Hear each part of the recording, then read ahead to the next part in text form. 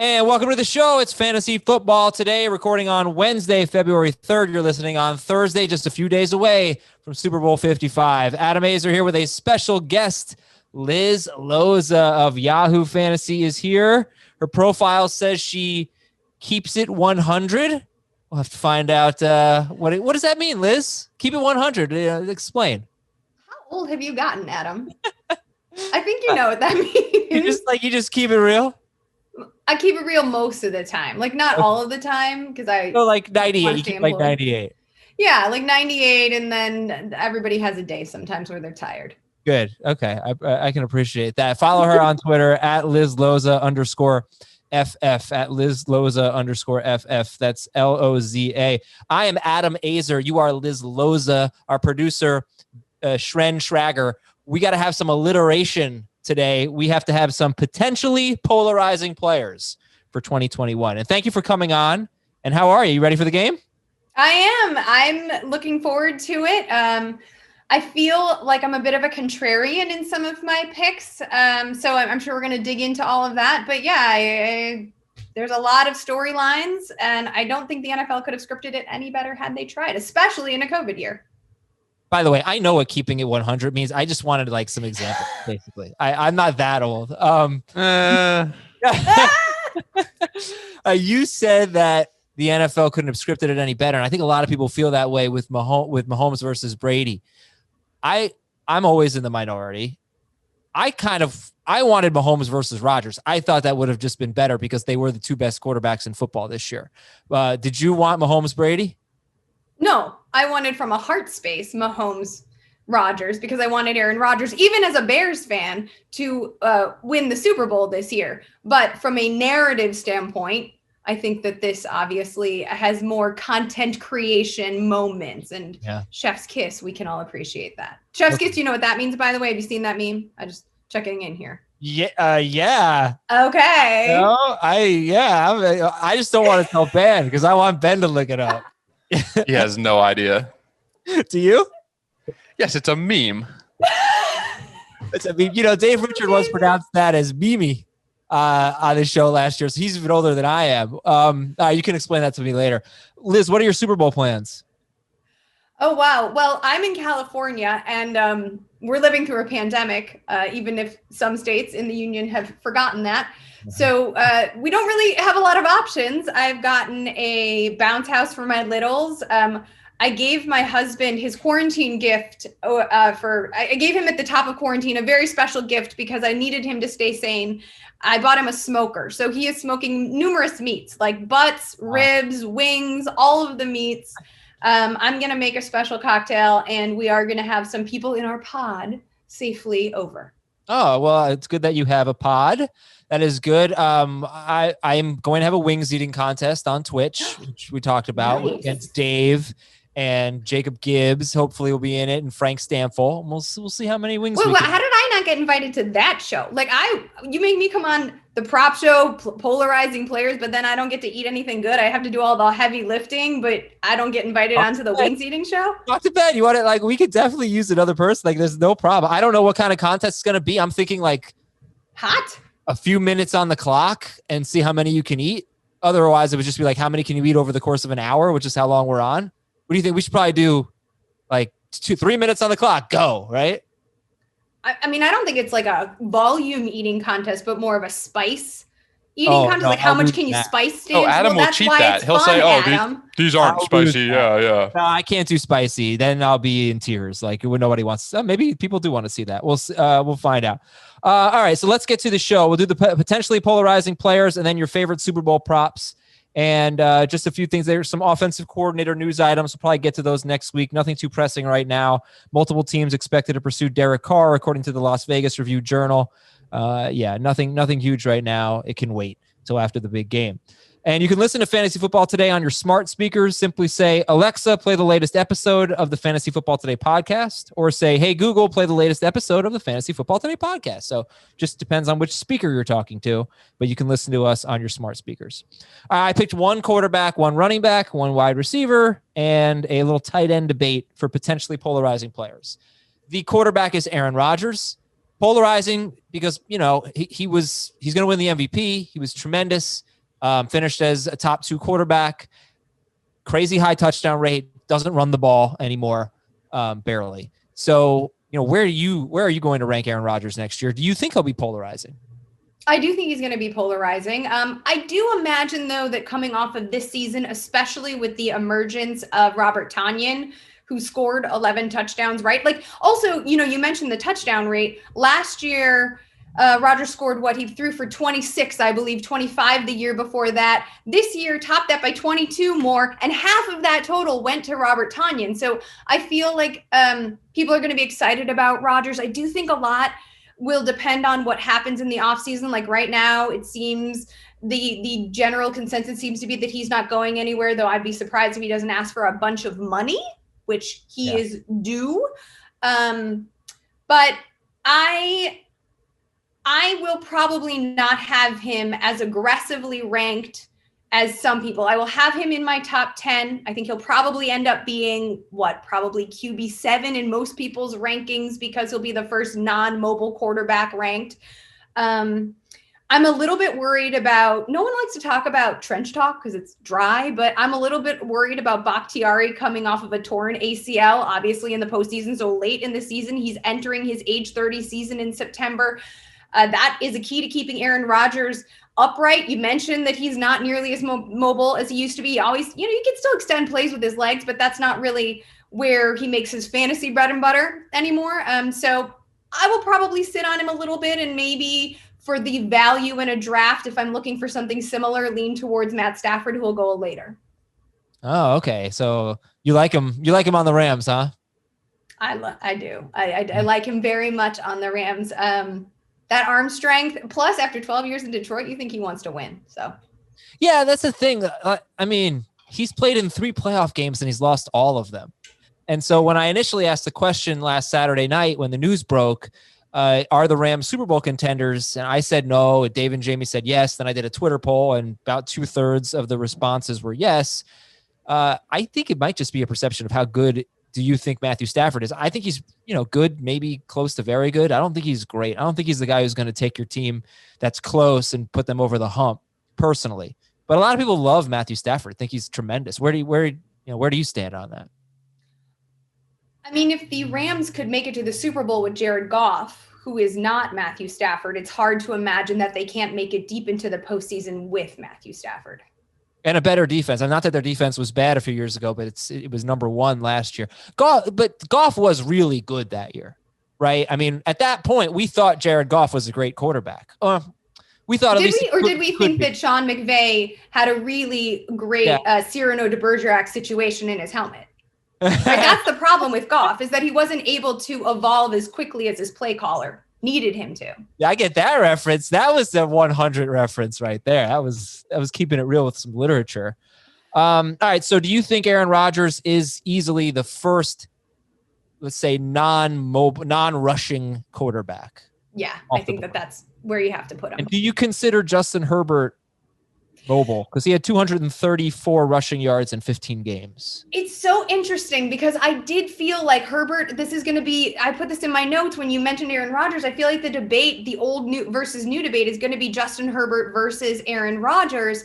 And the favorite is going to be Justin Herbert because we like young new things. And you also have to imagine, even though there's you're already hearing well, there's an offensive change in Los Angeles, but we saw Anthony Lynn totally cap Herbert's ceiling. So even if he maintains where he's at, which seems doable, then especially in his second year, then that's a pretty, I will admit that I will have Aaron Rodgers and Justin Herbert probably evenly paced. I might give Rodgers the edge because he's Aaron Rodgers and because I think his weapons are a little bit, but because Devontae Adams is so good.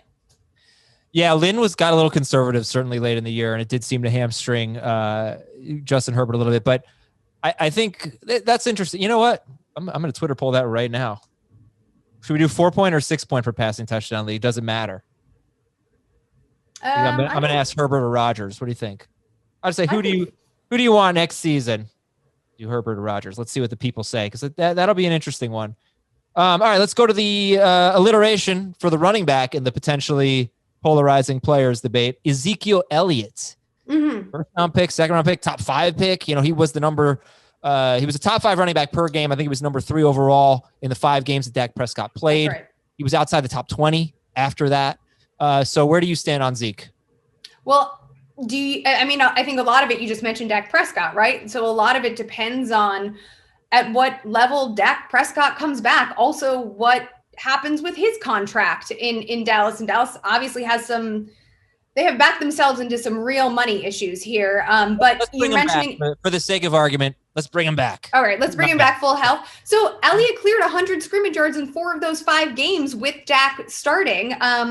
And even after the addition of CeeDee Lamb and this trio of wide receivers, he was still heavily involved in the passing game, right? He was 52 catches on the season. That's RB8. He was number 2 among running backs in routes run. So I like that floor there. A couple of injuries dinged him up, but I honestly think that after Dak was lost for the season in such an unexpected, violent way, the wind in everybody's sails just kind of came out, and I will probably have Zeke just outside of my top 5, but I think that he's a great rebound candidate, and I wouldn't be surprised, especially in home leagues, if people have a knee jerk and overcorrect, and he's able to fall, like maybe even into the back of the second round, middle of the second round in some home leagues. Okay. Yeah, I think that if you're going to make an argument against him, it's that people seem to think he's lost his explosiveness a little bit. He only averaged 4 yards per carry, and his carries per game have gone down 3 straight seasons. He had about 16.5 carries per game, 16.3. That was down from 18.8 the year before, 20.3 the year before that, 24 in his second season. But Zeke was, you mentioned the catches. He had 52. With Dak Prescott, those first 5 games, he was on pace for 77 catches. Yeah. He didn't have that many after the Prescott injury. So I think the opportunity is going to be good. And obviously the offensive line should be a lot better next year. It was just so injured in 2020. Well, and you also have to think about who are you putting in your top 5? You're Christian McCaffrey, who's coming off of kind of 2 injuries. Dalvin Cook, who was fired this year, but there's always a regression situation. Alvin Kamara, we don't know what's happening with the quarterback situation in New Orleans. Saquon Barkley coming off of another injury situation, another injury marred year. Jonathan Taylor is one of the new names that everyone's hyped on. I interviewed Cam Akers earlier in the week, and he's, a lot of people are really liking Cam Akers as an RB1. So I think there is a shifting. Well, of course, Derrick Henry is always in play. But again, I think people are nervous about whether or not Derrick Henry can maintain his beastly stats he was already the anomaly statistically this past season. So can you make a miracle happen a 3rd year in a row? Yeah. All right. Let's go to our wide receiver, Julio Jones. Another alliteration. Look at you. Yeah, you're right. Even if it's not pronounced that way, this is great stuff. Julio Jones did not have a great season because he only played 9 games, but he was on pace for almost 1,400 yards and 5 touchdowns. And he left 2 games early with injuries. 35% of the snaps or fewer. In the other 7 games, he averaged 100 yards per game. So he was himself. They got a new coaching staff. Maybe they won't throw the ball as much. That's obviously a big concern. But I think, and I'll look at the draft we did in January. I think Julio Jones was somewhere in a 3-receiver PPR league around the end of the second round, so around 24th overall. I'll double check on that. What are you thinking about Julio Jones? 24th overall in a full point or half point PPR? Full point PPR. And 3 receiver, then a flex. So I think that's a little low, honestly. I can see him. I still see him inside the top 20, but kind of between that 15 to 20 range. I don't think I let him fall outside of the top 20. He is still Julio Jones. He's still averaging 11.4 yards per target. His catch rate is solid. He's not Calvin Ridley, which is a weird thing to say because I think Calvin Ridley is going to be a top 5 pick this year. Top 5 wide receiver. Yeah, I think he's going to be a top 5 wide receiver. But Matt Ryan is 36. Julio Jones, by the way, turns 32 on Monday. I like the 11 yards per target. And again, like top 12 catch rate, top 7 true catch rate. So his efficiency, even if Arthur Smith installs more of a run focused game, which I don't know how they're going to do that with the backfield they currently have. So even if that happens, we know that Julio can be efficient enough to deliver. All right. You're going to like this. Because I had my Samsonite moment. I was way off. I thought he was about 24th in the half PPR league that we did. Julio Jones, 3 receivers and a flex, half PPR. He was 34th overall. And in the full PPR league, he was 37th overall. So he went really late. And I guess maybe in my mind, I thought he should have been something like a top 24 pick toward the back end there. But in the drafts we did these drafts in rooms that didn't have rankings. So the order was a little bit wacky. Sometimes you could just forget about a player. But yeah, Julio Jones, late 3rd round pick, early 4th round pick. I mean, I think that's great value. Like there's a world in which, so where was Odell Beckham out of curiosity in that? Because if you're taking Julio at 34, then Odell Beckham's got to be outside the round 7. He was 40? Like 7th round in both drafts. Yeah. Round 7 in both drafts. All right. Well, you want to, he could be pretty polarizing too. His name, he doesn't have alliteration, but we can talk about him anyway. Where would you take Odell Beckham? I don't think I would. At all? I think I think I'm fading OBJ because he's just, if he stays in Cleveland, assuming he stays in Cleveland, because the timing necessary to deliver, the timing necessary for Baker and OBJ to connect is too tenuous. It's too specific. I just think that like Baker needs something more simple, someone he has better chemistry with. And we saw Baker trying to what is the word I'm looking for? Trying to like force yes, thank you. Trying to force the ball to OBJ, and it just wasn't working. And I think that that's a timing based issue. And I'm not sure that is ever going to get onto the same page. Shraggy B telling us that OBJ was the most traded player in CBS leagues in both 2019 and 2020 before his injury. So I'm sure we were always thought buy low. It didn't really happen. All right, one more. This is actually a tight end debate. And by the way, so far we'll check in on the Twitter poll. Aaron Rodgers or Justin Herbert next season? Rodgers 55%, Herbert 45%. Yeah, very close. George Kittle or Darren Waller? Who do you got? I'm going to take George Kittle. I mean, you just reported that there's news in Las Vegas about Derek Carr. I really, really liked Bryan Edwards, so this might be more of a take lock for Edwards making a step forward. Ruggs, maybe potentially taking a step forward as well, but I really think that Bryan Edwards could be a nice physical possession guy on the outside, and that might take away a little bit from Waller's volume. This was kind of what I said last year, and I was dead wrong. So, hey, what do I know? But I think that George Kittle, this was largely an injury-based issue. And if you saw his production in week 16 and 17, you weren't that worried about it. I mean, week 17, he was a top 6 play. It's a little bit fluky because it's tight end in week 17, but he, converted 7 of 9 for 68. So I think he's going to start back healthy. And I think, there's always this knee-jerk reaction. I think there's some expectation for regression out of Waller just because statistically he did better even than he did the previous year. And then Kittle people forget about. Maybe they have a little bit of an opinion about that whole offense being injury prone for some reason because so many of the players were. And so Kittle slides a little bit, but his yak in tandem with his opportunity in that scheme makes me want to rank Kittle a little bit, probably just 1 point ahead of Waller. Yeah, so he came back for week 16 and 17,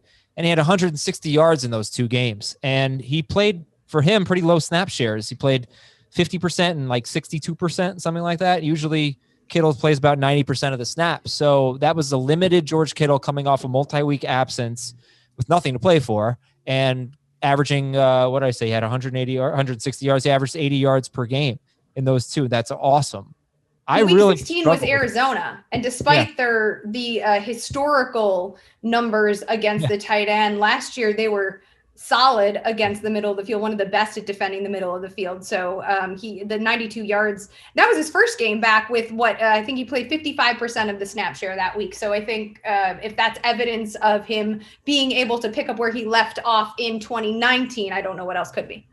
Yeah, no, I'm really, this is a tough one for me. I mean, originally I thought Kittle for sure, just he seems safer, but Waller was so good last year. It did take until the last 5 games of the season for Waller to really explode, beginning with that Jets game where he had one of the best games in tight end history. But Kittle, the problem I have with Kittle is that he is so physical and he blocks so much and he's so reckless isn't the best word, but he just, he's just an animal out there. And I'm just concerned that he's going to be the next Gronkowski, probably the best all around tight end in football, but struggles to stay healthy. So that concerns me. And also, he only played 4 games with both Brandon Ayuk and Deebo Samuel. The encouraging thing is he had 40 targets in those 4 games. Samuel had 22 and Ayuk had 21. But I guess Ayuk hadn't really broken out at that point. So I just don't know what the target share is going to be when all 3 of them are on the field, because all 3 of them deserve the targets.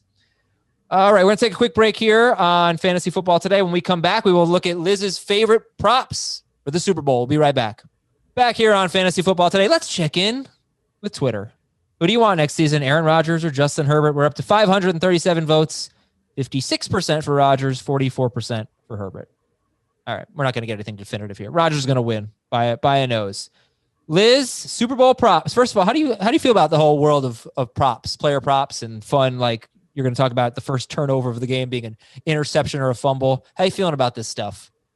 I like it. I think it's super fun. I mean, I think anyone who's watched the Super Bowl, regardless of the awesome part about props during a Super Bowl is the Super Bowl in itself is no longer just a sports watching event, right? It's a popular culture moment for society. It is part of the zeitgeist. And to have what we do regularly, fantasy and props and sports betting baked into an event that casts this wide of a net, especially among non-diehard viewers, I think makes everything more exciting because you're watching people like have a vested interest in the game beyond which team they may or may not be rooting for and what someone may or may not be serving at the spread. And like get to learn more about the game and find a deeper appreciation for it. Yeah, it's pretty fun. A few years ago, I don't remember which one it was. I think it was the Eagles game. I bet on the coin toss, the length of the national anthem, which coach would challenge first, all types of fun stuff. And I crushed it. It was amazing. I just got on a heater. I had a ton of fun. And, it's like small bets for each one. But I liked it when you're with a lot of people and you'd be like, oh, let's get tails. And, everybody goes crazy or whatever. So obviously that won't be the case this year. So it won't be quite as fun. But still, you can have fun and there's a little game within the game. All right, so I know you want to talk about the first turnover of the game. Interception, -160, fumble, +140. What goes into this prop for you? Well, okay, so first of all, let's talk about the fact that Kansas City is favored by 3.5, depending on where you're looking, and that the over-under is 56.5. So, I think that's a good place to start because you have to imagine with an over-under that high, there's going to be a lot of opportunities for interceptions. And with a game this close, there's going to be a lot of chasing. So that kind of factors in. That's where you have to begin. For me, the first turnover of the game is interesting because I love Honey Badger. I love Tyrann Mathieu. He did pick off Tom Brady in week 12 when these two teams met over the regular season. I think that's why the interception option is favorited. However, I also am looking at the fact that Eric Fisher and Mitchell Schwartz will be out as offensive starting linemen for Patrick Mahomes. Now, Patrick Mahomes this morning said that his toe is close to 100%, not a problem. Well, of course, he's going to say that, but we all know that toe injuries linger, and that is just not something you snap your fingers and is automatically better. We also know that Shaq Barrett and JPP have been bringing the pressure regularly. They both sacked Mahomes in that Week 12 contest I mentioned a little bit earlier, and Todd Bowles is by no means a wallflower. So I want to say fumble because I think that the Tampa Bay Buccaneers are going to bring the heat immediately, and it might be a little bit of an upset. Okay. Yeah, you get plus 140 on that. I like it. The offensive line injuries are certainly a concern in this game. And will there be a successful 2-point conversion? Yes, plus 200. No, minus 240. I'm feeling yes. All the points. Yeah, exactly. We got to get to 56, of course. Also, in 2019, the Bucs led the NFL in 2-point conversions. We saw Bruce Arians, by the way, go for it in like the second quarter against Washington when he didn't even need to. Now, I will say that in 2020, the Bucs have not been particularly efficient in converting those 2-point conversions, but we know that Arians is like down for it because of his play calling style. And meanwhile, though, Kansas City has maintained a 2-point conversion rate of 100%. So I think the odds are likely that we'll see at least one. Yeah. Oh, you got to convert it, because if you sit there and you bet, yes, that there will be a successful one, and you get plus 200, you double your money, and then they line up for a 2-point conversion and they don't convert, then you're going to be pretty upset. Like, you just expect that. You expect these two teams to convert if they line up for a 2-point conversion. Total interceptions in the game. Over 1.5 is plus 120. Under 1.5 is minus 140. Over, right? Over. I'm taking the under. What? Yeah. Okay. Well, listen. They're going to fumble all the time. No. I think there will be an interception, and I will give it to the Honey Badger, like I already said. But Tom Brady is coming off of a game against Green Bay in which he turned the ball over 3 times. I don't think Tom Brady, with the ice water running through his veins in the postseason, makes that mistake in his home stadium in the Super Bowl. And also Mahomes has been clean throughout the postseason. So I will take the under because everyone else is taking the over. Over is plus 120. Under is minus 140. Okay. I guess these quarterbacks are not bad, so maybe they won't throw 2 interceptions. Tampa Bay Bucks total sacks recorded in a game. Over 2 or under 2. What do you got? How many sacks for the Bucks? Well, it's probably not going to surprise you. I'm going over. They had 2 in week 12. I think that with the offense, and that was with Eric Fisher in the lineup. So I'll take the over on this one. Okay. And then Chris Godwin, total receiving yards you wanted to talk about. It's 74.5. Can we please give this guy some love? I've been seeing the prop. This is married a little bit to the who do you think will have the most receiving yards prop. And obviously the chalk play is Travis Kelce. Tyreek Hill is a nice second option, but I would like to give Godwin some shine. He is coming off of a 110-yard effort. Probably no Antonio Brown, so we know the target volume will stay steady. Plus, L'Jarius Sneed is a rookie. And this is a big game. And he is also a rookie who suffered a concussion in the AFC Championship game. When I look at the projected point total and I imagine the point chasing, I think Godwin is going to pad his stats. It would not surprise me to see him go over 100 in this one. Yeah, I'm pretty high on Chris Godwin too, but I just can't get past this thing. I talked about it with Mike McClure on yesterday's show. The Chiefs are just really good against wide receivers. They gave up the second fewest fantasy points to wide receivers. It's just weird. But I do like, 74.5 yards? Yeah, I would definitely take the over there. What if Antonio Brown plays? Would you get off of that bet? No, because how effective is he going to be if he's been doubtful with a knee injury leading up into the game?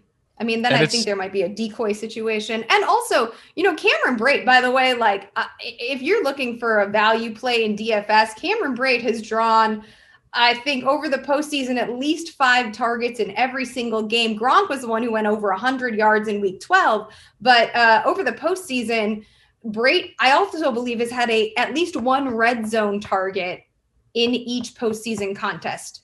I believe that's true. So I think Brate is a sneaky DFS value too. 6, 5, and 5 targets in 3 postseason games for Cameron Brate. And the Chiefs have allowed 50 yards or a touchdown to a tight end in 8 of their last 9 games. Shraggy B with the note here. Chris Godwin's receiving line now for the yards, it's now down to 73.5 from 74.5. That was within the last 30 minutes. It's gone down. So they must have gotten a hold of our rundown. And we are movers. Yeah, we are. Well, you are. All right. Well, Liz, thank you very much. Who you want to give us a prediction? I'm going to take Tampa Bay, and my MVP. It'll probably be Tom Brady, right? But my MVP is JPP. Oh, okay. All right. That's a nice story. I still like the Chiefs by 3 at this point. which is, really when you pick exactly what Vegas has, you got to feel really good about that, huh? And I like it to go under. I think it's going to be a little lower scoring than we want, but still in the 50s, still a pretty high scoring game. What's your final total? I think it could be very close. It was 27-24 the first time they played. So I will get crazy and let's go 28-25. Why not? So that much under. I mean, because you said like a little under, so I'm trying to figure out what your final What score. did we say yesterday, Ben, with Mike? Like 50, he has like 54 points or something. Yeah, 54 and a half was his projection. So let's go 20. Let's go 28-25. Yeah. 28-25. Okay. It's pretty far under, I guess.